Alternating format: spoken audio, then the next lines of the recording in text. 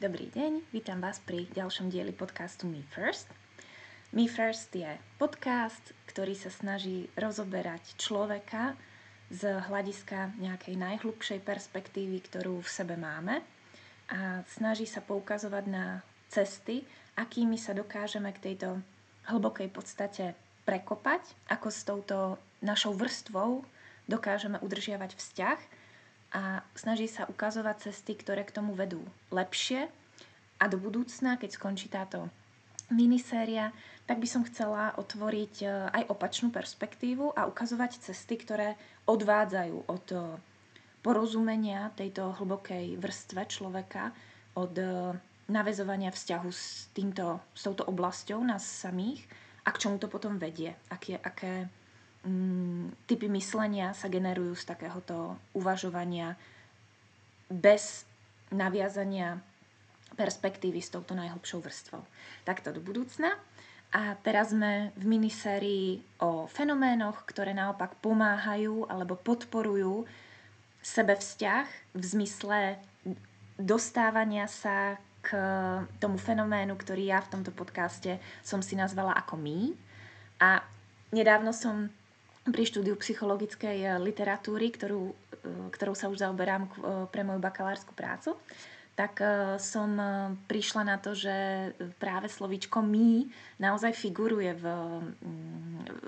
psychologických vedách a intuitívne som ho zvolila, zdá sa správne, pretože v tomto kontexte psychologickom naozaj slovíčko my není jediné a nemá úplne, psychológia celkovo je relatívne fluidná veda a mnohé významy sa premieňajú v zmysle z hľadiska kontextu, v ktorom sa používajú, aj z hľadiska konkrétnej nejakej poddisciplíny, ktorej sa daný psychologický smer venuje. Ale tak všeobecne sa slovíčko my naozaj dobre zabývalo v psychológii v zmysle používania ho ako identifikácie nejakej autentickej, hlbokej vrstvy človeka. Nemyslím, že je to čisto z hľadiska psychoanalýzy, ako to mal trebárs Freud, ale tak ako všeobecne. Všeobecne často sa zamieňa alebo v synonyme používa aj slovo self, o ktorom sme tiež chvíľku hovorili, keď sme hovorili zase o tom východnom pohľade na Atmana, na nejakú najzasšiu, najpravdivejšiu realitu človeka. A často sa v inojazyčnej literatúre, hlavne teda v tej britskej, označuje ako self. Takýto podobný význam má teda slovíčko me, tak ma to aj celkom potešilo, že tá moja intuícia, to moje také spontánne rozhodnutie nazvať podcast Me First, pretože mi to znelo tak ako priateľne a sympaticky aj v tej zvukomalbe.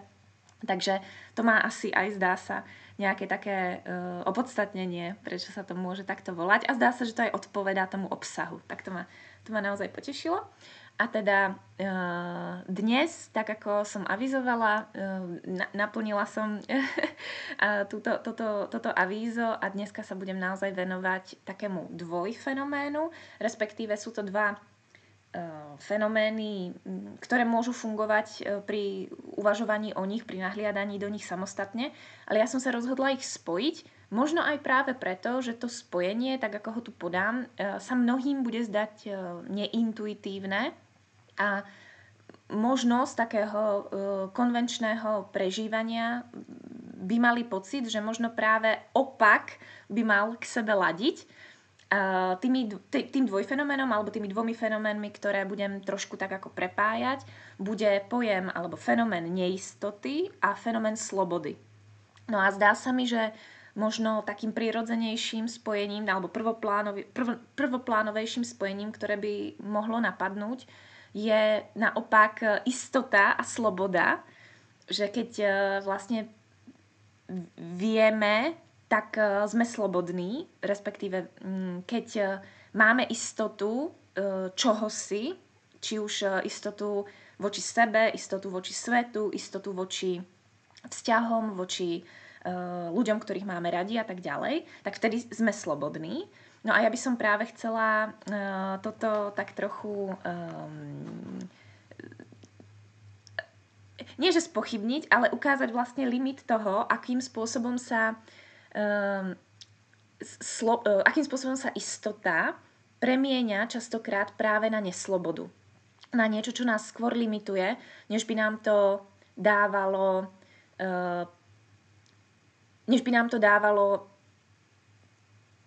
paradoxne pocit istoty. Pomaly budem do tohto vchádzať, možno to bude dávať zmysel, možno nie. Uvidíme. Pre takého sprievodcu touto témou, hlavne teda tou témou neslobody, som si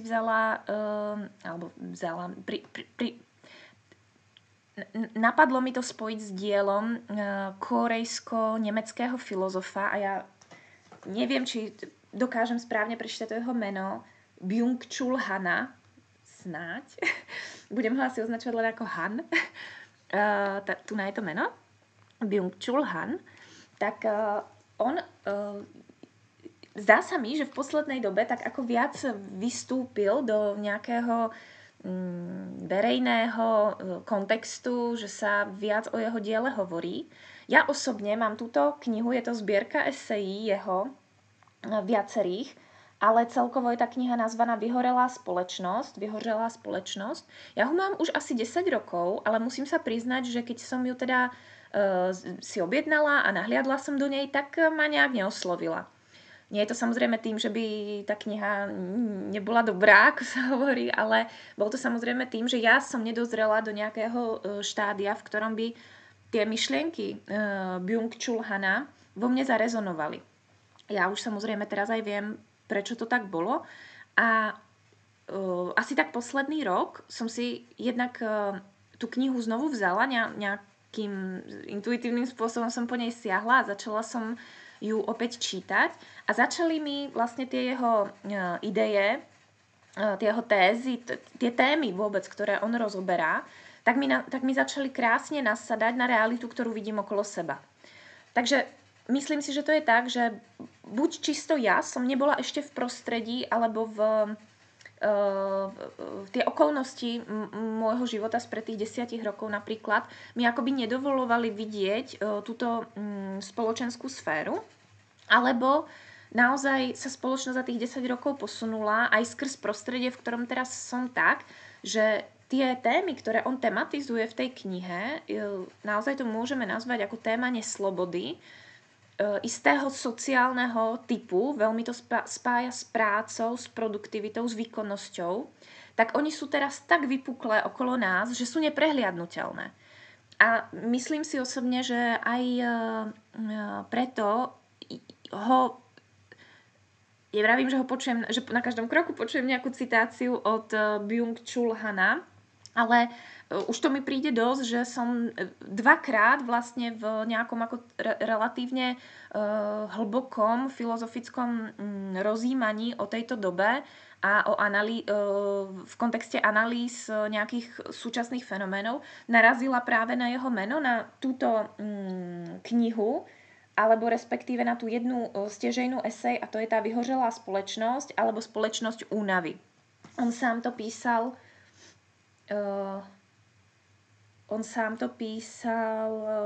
myslím, že rok 2012 to bude. Asi. No, myslím si, že tak rok 2012 vyšla tá esej Spoločnosť únavy.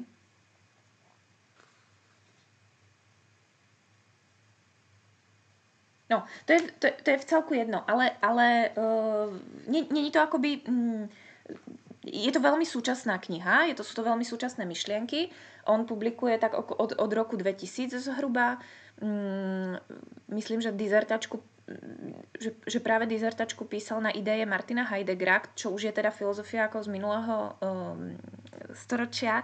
Ale ja osobne teda filozofia nemôže zostarnúť, že? Ako do istej miery môže, záležiť do akej vrstve úvah sa daný autor alebo mysliteľ venuje, ale pokiaľ ide o nejakú sociálnu, spoločenskú a a dokonca pracovnú sféru, tak áno, tá filozofia samozrejme zostarnúť môže, pretože dynamika našej spoločnosti ako pracovnej spoločnosti, sociálnej spoločnosti sa tak rýchlo vyvíja skrz technológie, skrz nejaké ustanovenia, skrz nové generácie, že naozaj myslenie trebárs Hany Arendtovej, ktorá veľmi hovorila o práci, jej témou bola naozaj práca z pochopiteľných dôvodov, tak oni sú už istým spôsobom naozaj prekonané.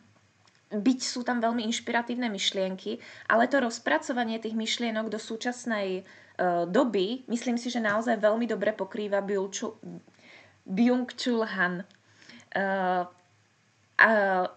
Idem možno rovno k tým jeho, alebo to nie sú akoby jeho tézy, ale ono sú to, vy ste si už zvykli na tú štruktúru, ono sú to myšlienky, o ktorých ja uvažujem skrz moje pozorovania voči svetu, skrz aj moju nejakú osobnú skúsenosť, cez to, ako sa moje osobné vnímanie mení, vyvíja ako rokmi.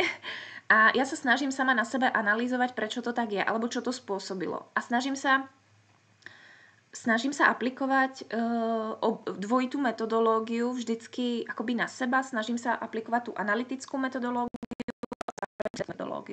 Tá analytická metodológia mi pomáha vysledovať špecifické prúdy alebo špecifické také trsy vplyvov, ktoré na mňa pôsobia a ktoré spôsobujú túto premenu môjho vnímania, môjho vzťahovania sa ku trebárs spoločnosti, ku samej sebe a tak ďalej.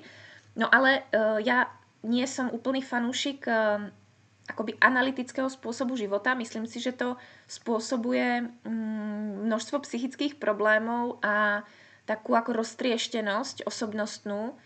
A myslím si to nie len na úrovni človeka samotného, ale myslím si to veľmi ostro, to vnímam v oblasti vied, v oblasti medicíny. A tam si myslím, že absolútne chýba tá opačná metodológia, ten syntetický prístup, ktorý vlastne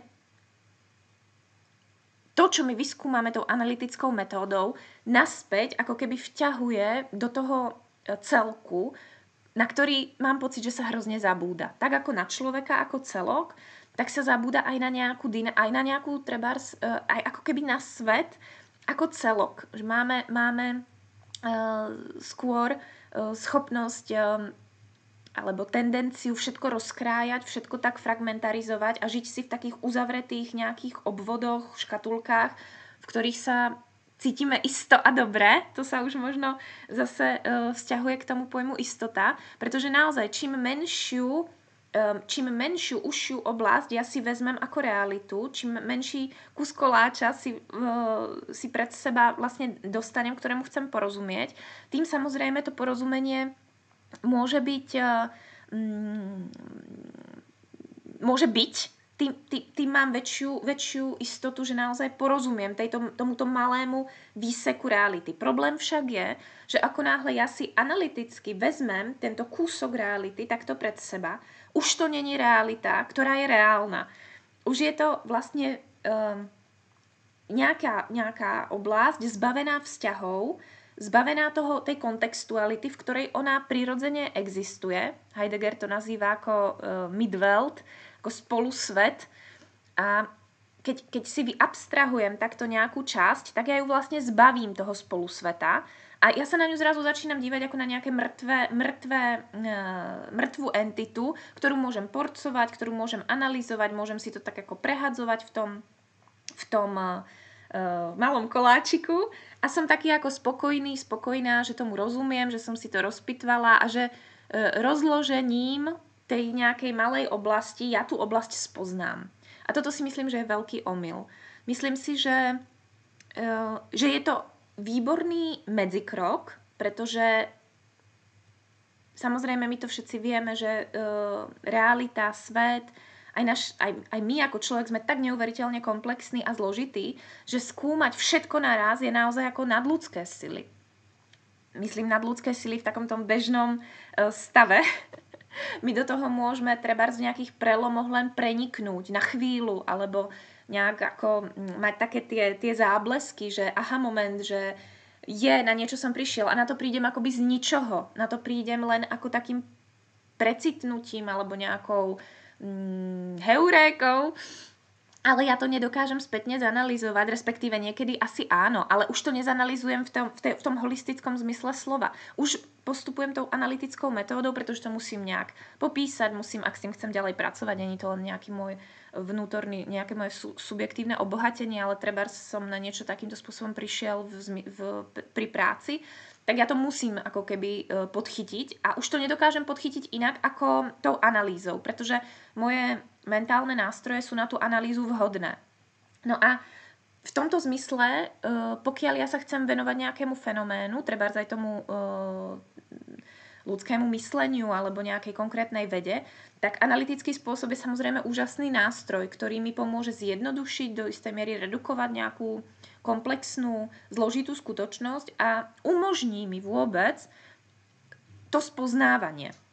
Ale myslím si, že je problematické, ak ja na konci dňa zabudnem, že ja som si tú skutočnosť takto vytiahol a rozporcoval ju, spoznal ju a zabudnem ju vrátiť do toho midwelt. Zabudnem ju vrátiť do toho sveta, v ktorej ona funguje a zabudnem na kontexty a vzťahy, ktoré táto skutočnosť naväzuje. A tu by som možno vlastne... No a toto je niečo, čo z môjho pohľadu sa dá pekne demonštrovať, alebo s čím súvisí ten pojem istoty a neistoty. Tento spôsob takéhoto skúmania alebo premýšľania v obmedzenom režime, v redukcionalistickom spôsobe, vytvára istotu. Ono to vytvára aj vedeckú istotu alebo akademickú istotu, proste čokoľvek, čo sa skúma. Je to vlastne v súčasnosti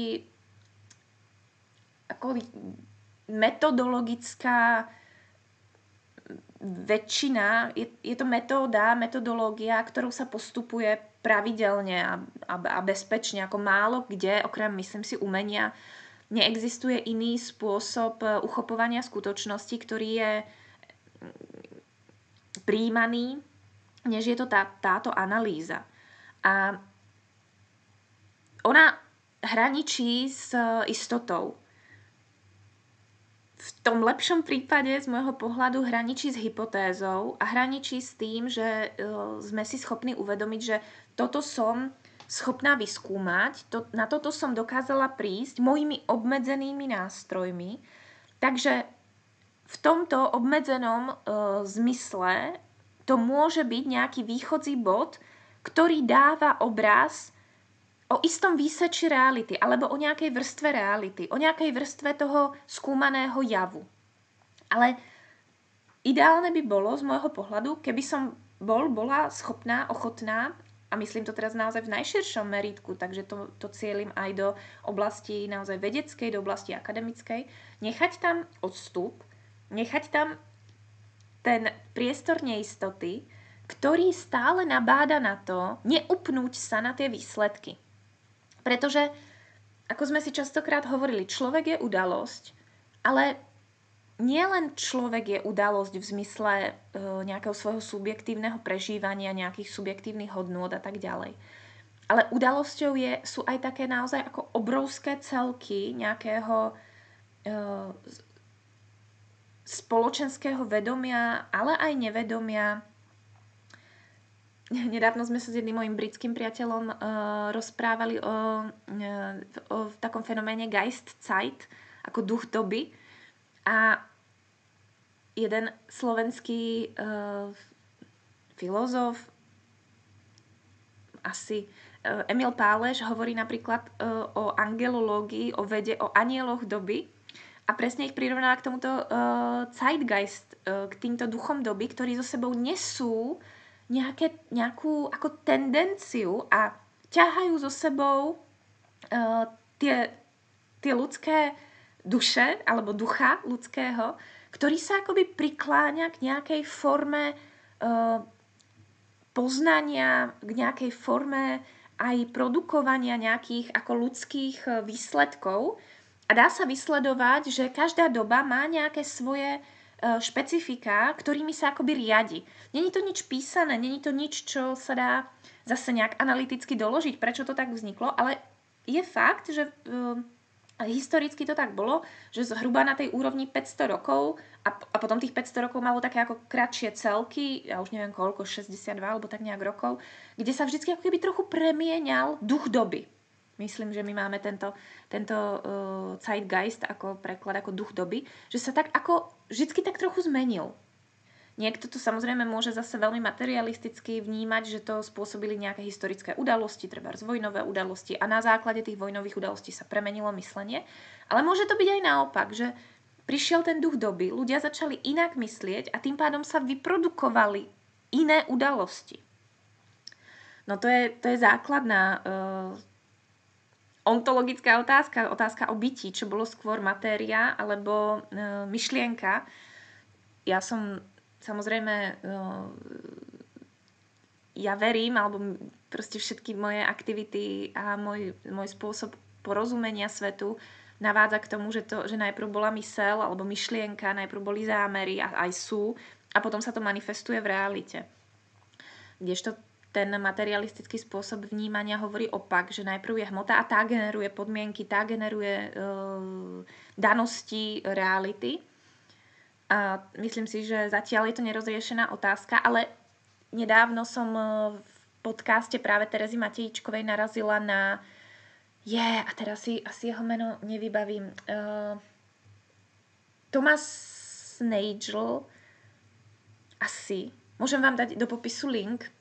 Je to podcast o akoby hraniciach vedeckého prístupu ku svetu a do istej miery je to naozaj podcast o dvoch pozíciách. O materialistickej pozícii a tej, no ja neviem, či ju nazvať kreatologistickej, pretože tá skôr hovorí o tom, že aspoň si to myslím, že svet stvoril Boh zo slova, tak ako to popisuje vlastne Biblia. Ja tu mám aj takú knihu, ona je ako zaujímavá. Konflikt Genesis sa volá. Neviem, či na ňu teraz... Aha, toto je asi. Áno.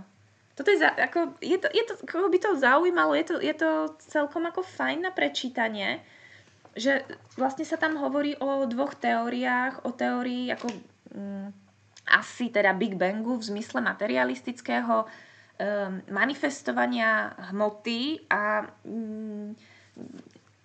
tak schematicky, ja viem, že to bude určite širšia téma, nie je to moja téma, takže neviem úplne do detailov, aj toto som si prečítala skôr len tak ako takú kuriozitu alebo zaujímavosť, ale že na jednej strane máme nejaké materialistické manifestovanie, na druhej strane máme nejaký zámer, nejaký mentálny zámer a to je vlastne tá kreatológia a väčšinou sa to teda spája s tým Bohom, nech už to znamená čokoľvek. No a Tereza Matejíčková v tom podcaste práve tematizuje prácu filozofa Thomasa Nagela, nepamätám si naozaj presne, pozriete si potom v tom linku. Nikdy som o ňom predtým nepočula, zaujalo ma to, pretože zase je to súčasný filozof a on práve hovorí o tom, že to vôbec nie je isté, že že teraz máme taký konsenzus, aspoň sa to tak javí, aj keď táto kniha to popiera, pretože ukazuje, že veľa erudovaných vedcov naozaj ako má pochybnosti o tej ako keby sme to tak chceli povedať, čisto darwinistickej teórii prirodzeného výberu a tak ďalej. Aj vlastne v nej je mnoho bielých miest, ktoré nie sú zodpovedané. A je tam také zvláštne napätie medzi týmito dvoma prístupmi k tomu vzniku vôbec, k vzniku sveta, ale zároveň aj vzniku človeka, v zmysle, že človek je samozrejme súčasťou sveta a je stvorený, jeho štruktúry vlastne odpovedajú tým štruktúram sveta. No a on sa v tom diele, konkrétne hlavne v knihe, ktorá by mala byť už v Česku v knihkupectvách, dá sa kúpiť. A je to kniha Myseľ a vesmír. Mind and Cosmos. mysel a vesmír. Určite si ju zadovážim a ak bude mať vzťah k našej téme Me First, tak o nej budem možno aj referovať. No a on sa s týmto snaží vysporiadať, že čo je teda tou vedúcou akoby silou v skutočnosti, v realite. Sú to najzákladnejšie otázky, čo je skutočnosť, čo je realita. No a tým, že my ani na tej akademickej úrovni, na tej vedeckej úrovni vlastne nevieme, tak sa mi zdá, že tá neistota, ktorú tematizujem v tomto podcaste, akoby neistota ako princíp, ako stav, ako nastavenie, ako nejaký mindset mysle a vnímania, mne sa zdá fakt na mieste. Pretože istota, akákoľvek, sa mi zdá istým spôsobom naozaj falošná. My môžeme mať istotu na nejakej úrovni. Aby sa to zase nedezinterpretovalo, ja nepopieram trebárs matematické pravdy, alebo nepopieram, ani nechcem vôbec k tomu navádzať, že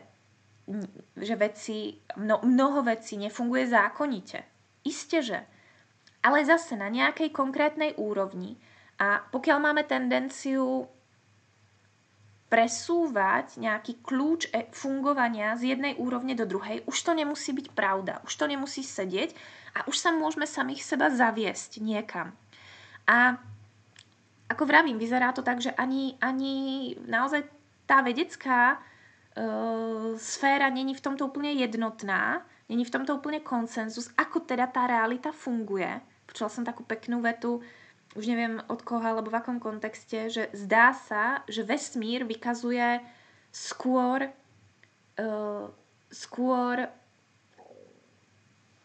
fungovanie na spôsob myšlienky, než na spôsob objektu. Čo sa mi zdá relatívne veľavravné. A ak to je tak naozaj cítiť sa istý a mať istotu sa mi zdá byť cestou naozaj mnohých omylov. A zdá sa mi, že o mnoho zdravšou, pravdivejšou, na tú otázku pravdy budem v podstate narážať neustále, pretože tak, ako som ju sa snažila nejakým spôsobom osvetliť v tých 2 dieloch, tak ona je vlastne podľa mňa úplne ten pík tých úvah. Pretože pokiaľ, čo je do istej miery asi nemožné v tomto našom stave, v akom fungujeme v bežnom svete, pokiaľ máme ochotu rozklúčovať pravdu, tak my na ňu tak ona sa nám postupne ako keby rozpadá do týchto fenoménov, o ktorých ja budem hovoriť. Ak mám ochotu rozklúčovať pravdu, musím si zrazu nechávať priestor na neistotu, pretože akákoľvek istota, pokiaľ ja sa na ňu rigidne a dogmaticky upnem, ale ona v zásade nemôže byť pravdivá, tak mi popiera vôbec tú najvrchnejšiu ideu pravdy. Čo, ešte raz opakujem, neznamená, že budeme popierať, že štvorec má 4 steny. V tom našom uvažovaní matematicko-geometrickom. Keď sa budeme snažiť túto myšlienku rozpracovávať v zmysle, ja neviem čoho, či vôbec existuje niečo ako štvorec, či to vôbec ako existuje niekde nejak, tak možno prídeme na nejaký iný záver. Ale pokiaľ budeme hovoriť o matematike, o geometrii, nebude mať zmysel, aby sme popierali, že štvorec má 4 steny.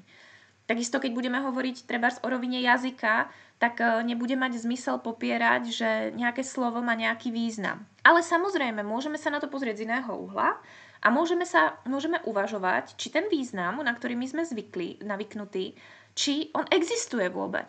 Či to zodpovedá nejakým spôsobom realite. Hej, snažím sa len ukázať, že my existujeme v nejakej sfére fungovania. My existujeme na nejakom v nejakej konsenzuálnej sfére nášho bežného porozumenia. Z nejakej úrovne rozumieme realite a my zdieľame toto porozumenie. A na tejto úrovni nemá zmysel spochybňovať nejaké pravdy. Ale je fajn vedieť, že oni fungujú len na tejto úrovni a sú limitované tým našim porozumením. A ja sa snažím len otvoriť vlastne priestor tej neistoty, ktorá zaujímavým spôsobom vchádza do nášho života a my to vidíme bežne, môže sa to zdať také abstraktné, o čom hovorím, alebo moc filozofické, ale ona vchádza do nášho života veľmi jednoznačne priamočiaro v tých najzákladnejších rovinách, ktoré nie sú matematickými pravdami, ktoré nie sú akoby systémom, medzi ktorým fungujú dopredu uzákonené vzťahy. A to je problém, že ľudia si častokrát mýlia napríklad život, ktorý takýmto systémom teda nie je, s nejakými ľudsky vytvorenými systémami, na ktorých my sme sa dohodli. A to je napríklad reč. My sme sa dohodli na zmysluplnosti reči a na tých kódoch, ktoré ona bude niesť. Každá krajina to má inak, samozrejme. Niektorá viac, niektorá menej, odlišne od trebárs nášho jazyka. Ale život ako taký je pod touto vrstvou jazyka, ktorú sme si my zadefinovali a zakategorizovali, že takto to bude. A pod touto vrstvou jazyka je napríklad vrstva prežívania ľudského, práve tých udalostí ľudských. A do toho spadá trebárs úroveň vzťahov. No a my samozrejme zo života vieme, že vzťahy nás vedia rôzne prekvapiť. Ľudia nás vedia rôzne prekvapiť. Ľudia nie sú systém v zmysle sumy vzťahov, ktoré sú fixné a ktoré sú dopredu dané. Je to vývojová udalosť, je to nevypočítateľná udalosť a ako istú nevypočítateľnosť máme aj u zvierat, ale ukazuje sa, že čím akoby jednoduchší živočích, tým je ako menšia tá úroveň neočakávateľnosti. Že viac ten živočích funguje trošku ako taký algoritmus, že naplňa nejaké svoje potreby a my dopredu tak nejak ako vieme odhadnúť na veľkú mieru presnosti, čo bude robiť, čo urobí, ako sa zachová. Čím je ten živočích zložitejší a človek to zakončuje, túto zložitosť, tým je tá nevypočítateľnosť o mnoho vyššia. A to nám vchádza do života takým ako naozaj každodenným spôsobom, že my v úvodzovkách máme istotu o niekom, máme istotu, že tento človek, ja neviem, jeho mentálny svet alebo jeho uvažovanie o nás napríklad je nejaké. A zrazu ma prekvapí, že on sa zachová inak, než ja očakávam. A to je práve obyčajné prejavenie neistoty, ktorá je prirodzená v týchto zložitých komplexoch a ktorá je, myslím, u ktorej je múdre, aby my sme s ňou dopredu počítali. Aby my sme sa neuzatvárali neistote. Pretože ako náhle ja sa uzavriem neistote a myslím si, že dokážem žiť, alebo že usilujem o život bez rizika, usilujem o život bez nejednoznačnosti, tak ja sa vlastne zneslobodňujem. Tu chcem vlastne naviazať na tú druhú tému slobody a neslobody. A toto je taký jednoduchý príklad, trebárs v zmysle toho vzťahu. Ja pokiaľ si nenechávam, to je skôr taký latentný prístup, to není teraz, že ja každý deň sa zobudím a mám pocit ako bielej stránky, neviem čo bude, neviem čo sa stane, neviem nič o živote. To nie, to je skôr len ako taká to je nejaká vrstva kvality toho môjho života a vrstva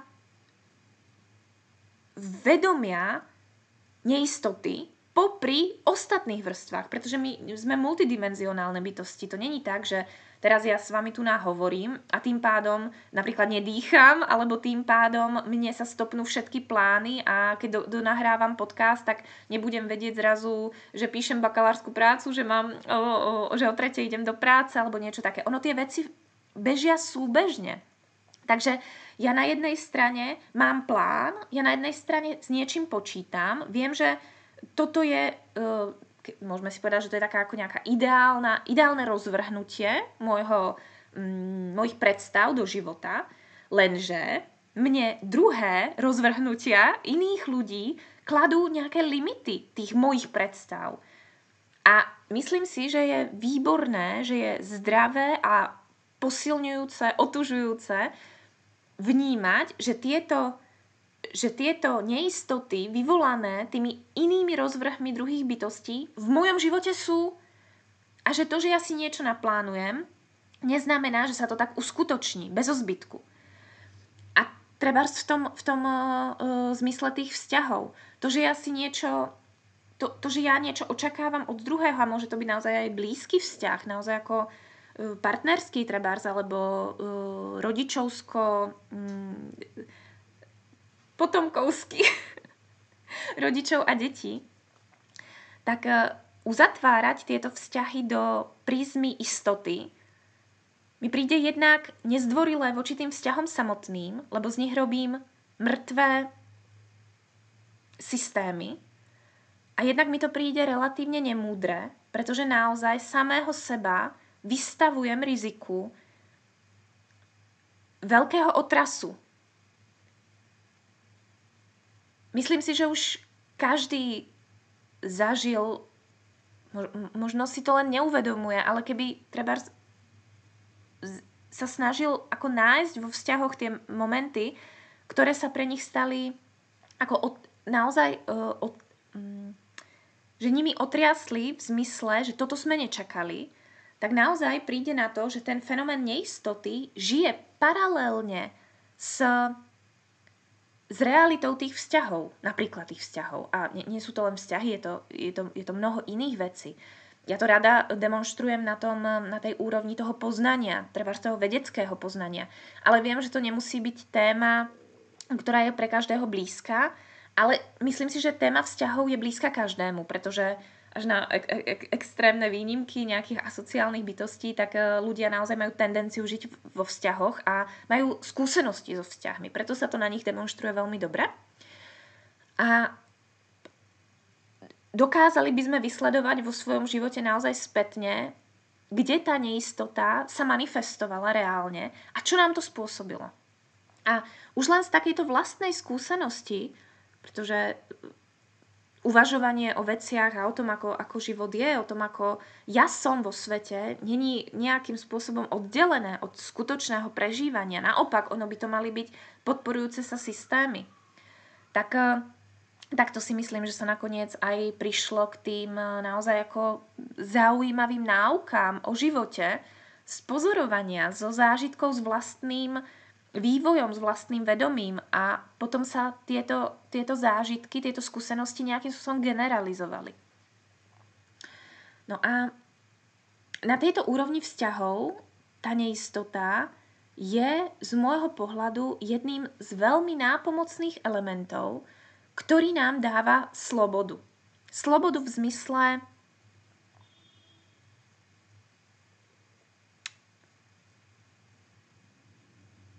akoby sloboda k akceptácii reality. Tak, to je možno to, k čomu sa snažím dospieť. Myslím si, že istota ako fenomén roztrúsená v rôznych oblastiach nášho prežívania v nás vylučuje možnosť akceptácie reality. Že potom vlastne robíme také sisyfovské práce v zmysle, a teraz poviem naozaj absolútne vyostrený scenár, môj pes nikdy nesmie umrieť. Alebo s týmto človekom musím žiť až do smrti. Hej. Teraz to používam v jazyku, ale a ja neviem, či ľudia, ktorí formulujú takéto vety, to ako naozaj majú takto vo vedomí, alebo sú to také len vyostrené vety, ktoré hovoria, ktoré sú ako viac predimenzované, než to ich porozumenie tej situácii, ale naozaj s takýmito vetami sa stretávam. A dokonca som sa stretla aj s udalosťou, keď sa to vlastne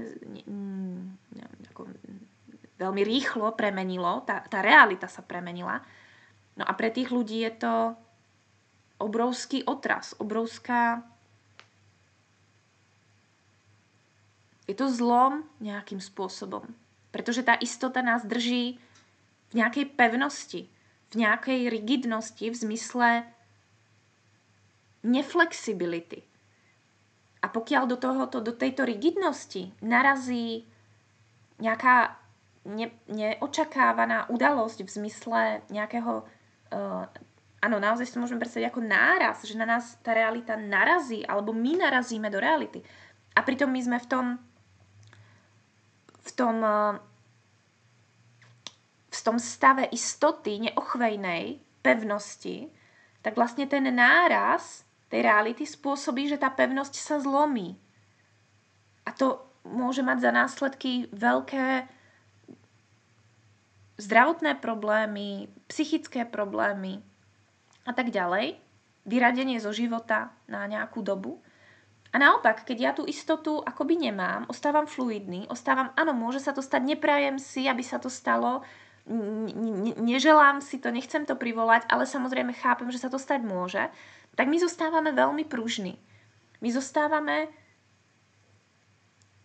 Mne osobne sa to zdá, ako keby sme zostávali stále v takej mladej mysle, takej mladej, čerstvej, pružnej mysle, na rozdiel od tej tvrdej, takej ako zatvrdenej, až takej ako zostarnutej, dogmaticky zostarnutej mysle. A keď zostávame pružní v tej flexibilite tej mysle, v tej neistote z môjho pohľadu, tak keď narazí tá skutočnosť, tak my ju vlastne v tej flexibilite nejakým spôsobom objímeme a dokonca ju dokážeme integrovať do svojho života. Dokážeme jej porozumieť, dokážeme ju akoby priateľsky prijať a dokážeme ísť s tou skúsenosťou neočakávanou zrazu ďalej. Žiadne veľké nárazy, žiadne veľké otrasy, žiadne veľké dôsledky v zmysle chorôb, v zmysle tých vyradení zo života sa z môjho pozorovania, keď ľudia takto žijú, tak sa proste nekonajú. Je to potom už otázka, aké sú hodnoty človeka, alebo aké sú preferencie v tom fungovaní. Niekomu to možno nevadí, niekto si povie, aj napriek tomu, že budem možno sklamaný alebo sklamaná, alebo sa ukáže, že to tak nie je, tak ja do toho idem na 100%, nenechám si žiadny odstup, nenechám si žiadnu tú neistotu, nenechám si vlastne taký ako paralelný stav mysle, že ono to aj nemusí takto úplne byť. Tak ako ja to trebárs prvoplánovo vnímam. A poviem si, nechcem na to myslieť, nechcem to vidieť, idem do toho na 100%, proste je to takto, musí to takto byť. No a keď narazím, no tak proste bude to veľký problém pre mňa, ja to proste budem musieť dlho rozdýchávať, dlho to na mňa bude mať efekt, ale idem do toho s týmto rizikom. Isté, že môže to byť postoj k životu niekoho a ja teraz len ukazujem, že si myslím, že pre zdravie pre porozumenie sebe samému s takým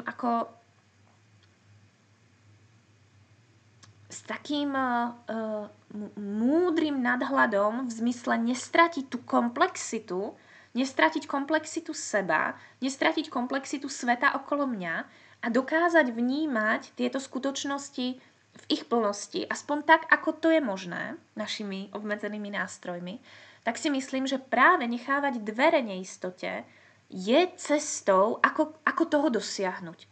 Neredukujem samého seba, neredukujem druhých, neredukujem realitu len na nejaké moje istoty, na istoty, ktoré sú nemenné, lebo istota a menlivosť a istota sa vzájomne vylučujú. Takže istota je nemenná. A už len tým, že človek ako udalosť, že svet ako udalosť sú menné, tak mi príde spoliehať sa na istotu ako zo základu chybné. A zo základu metúce pre mí a pokrivujúce vzťah k mí. K tejto téme, ja som túto knižku ukazovala už niekoľkokrát, jedna z mojich obľúbených, Anna Hogenová, Žiť z vlastného pramena. Ja tam len prečítam jednu takú pasáž, ktorá sa práve viaže k A myslím si, že celkom dobre zachytáva túto tému neistoty. A potom by som prešla aj na nejaké pasáže práve z toho Byung-Chul Hana, ktorý hovorí zas o tej neslobode. Ja tu mám poznámku k celej tejto pasáži. Mám tu knihu za mnoho rokov, takže mám tu nejakú poznámku. Ak vám ju len poviem, ako ja mám blízko, alebo zdá sa mi veľmi inšpiratívna práve kvantová fyzika, ako sa súčasne rozvíja. A ja vnímam aj v tejto neistote, v tejto neistote reality, v takej tej zvláštnej ambivalencii možností okolo nás a toho, ako sa neupínať len na jednu, tak vnímam takú paralelu práve v tej kvantovej fyzike. Mám tu napísanú poznámku kvantová fyzika, potencialita možností.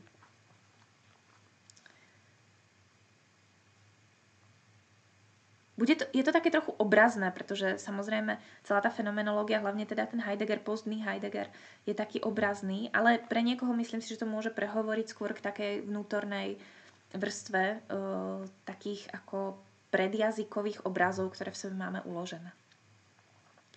Je to teda rozhovor Michala Slaninku a Anny Hogenovej. Ešte sa vrátim k tomu, že človek je prechodová bytosť. Môžeš k tomu niečo povedať? Anna Hogenová. Člověk je prechodovou bytostí. On je vlastně šípem mezi tetivou a lukem. Ten oblouk jsou nebesa, ta tetiva je země. A co je člověk? Ten šíp. Ten to prostě propojuje. On je tedy člověk přechodovou záležitostí. Je spojovníkem. On je něčím, co nemůže mít jinou jistotu, než jistotu toho přechodového. Heidegger si treba v téhle souvislosti klade otázku, co to je skutečnost. Přechody jsou možností a současný člověk chce furt ty skutečnosti. No a Michal Slaninka, no to je otázka, čo je to tá skutočnosť. Anna Hogenová.